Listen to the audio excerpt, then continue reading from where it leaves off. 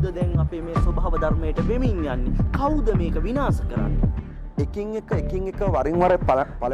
The actions of the leaders appointed over the years have attributed to the destruction of our environment. However, the situation has only worsened with the current government. You may remember how approximately 5,600 acres of precious forest land of the Vilpattu Reserve was destroyed. The destruction taking place at present is almost 10 times of that. This is what's happening via the Circular 05/2001. More than 500,000 hectares of other state forest land has been destroyed. අපේ හාමුදුරනේ පහ ඇලයිරක් 2001 චක්‍රලේඛයේ මොකක්ද කියන්නේ? Through this circular, lands that were under the purview of the district secretary was brought under the Department of Forest Conservation. If development activities were to take place on such land, approval must be obtained from the additional committee of the subject ministry. Land can be allocated for the development purposes after the requirements are submitted to this committee. However, what the present government is trying to do now is to provide 500,000 hectares of valuable land to multinational companies via divisional secretaries. This is being done without a proper analysis. They are planning on providing land to 5 multinational companies. President Rajapaksa in his policy manifesto says that forest cover in Sri Lanka will be increased to 30% after he takes over as president. However, what is happening at present is taking place with the intervention of Basil Rajapaksa, and I make this statement with much responsibility. The government is trying to destroy 500,000 hectares of valuable state land. What's amusing is how a cabinet paper was submitted on the 1st requesting the land to be released for farmers for cultivation purposes. අපේ හාමුදුරුවෝ බරපතල චෝදනාවක් කරනවා බැසිල් රාජපක්ෂ මැතිතුමාට. ඔහු මෙතන නෑ.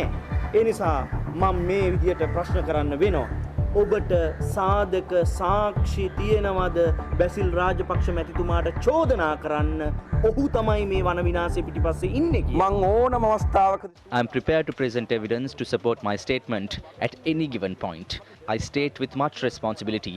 My conscience is important than anything in this world. මේ චීවරයට බැරි ඇයි විධායක ජනාධිපතිතුමාට කියන්න මේ හානිය වළක්වන්න මැදිහත් වෙන්න කියලා? We believe in him. However, we observe that the president is isolated in this context. Also, we would like to ask, how can anyone watch the destruction of such valuable land, fauna and flora? Colombo වරායේ නැගෙනහිර පර්යන්තයේ ඉල්ලා හිටිනවා ඉන්දියාව. ඒ වගේම හම්බන්තොට වරායේ චීනය. ඒ වගේම තෙල් ටැංකි නැවතත් ත්‍රිකුණාමලේ ඉන්දියාවට. ඒ විතරක් නෙවෙයි. MCC ගිවිසුම හරහා ඔබ වහන්සේලාම කියනවා ඇමරිකාවට පොනවා කියලා. කොතනින්ද අපි මේකෙන් ගොඩ එන්නේ අපේ හාමුදුරුවනේ? අපිට තියෙන අවාසනාවන්ත තත්ත්වය තමයි මහත්මයෝ මේ තියෙන තත්ත්වය තේරුම්. What's unfortunate is how our leaders fail to understand the situation. For an example, 15,000 acres in Hambantota was given to a Chinese company. All 15,000 acres were valuable forest land. Now what has happened? Do you see any land with cultivation?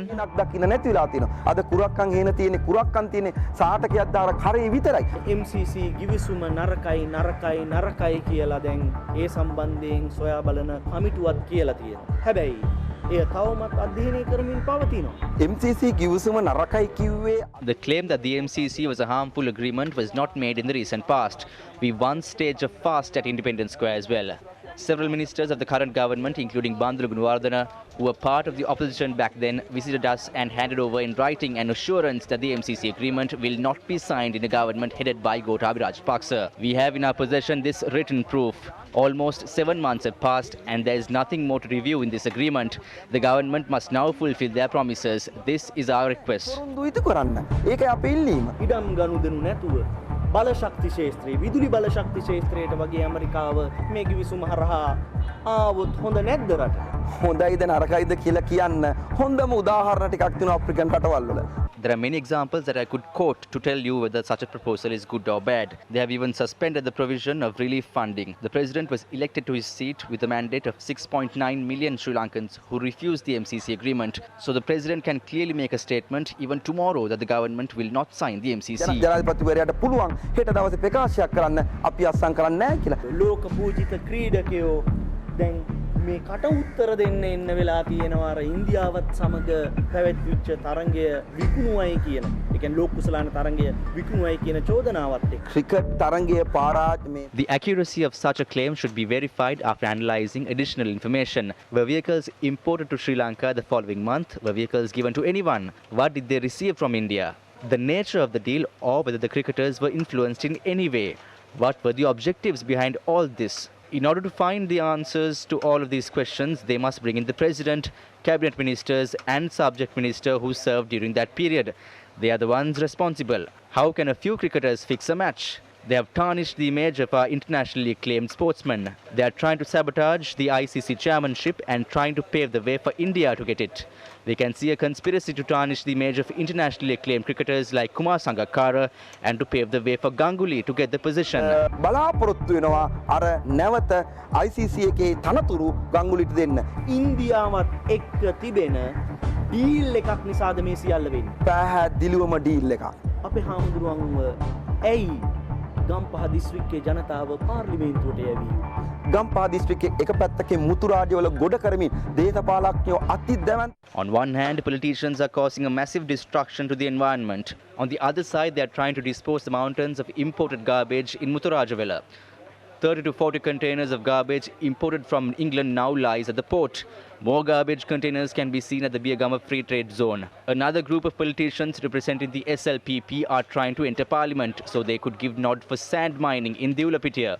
If politicians continue to destroy the environment in such a manner, there will be nothing left for us in the future. We need an independent vision, a vision that does not include any foreign influence, a vision that will stand for the rights of Sri Lankans. It is with such a vision that we made a decision to contest the upcoming election.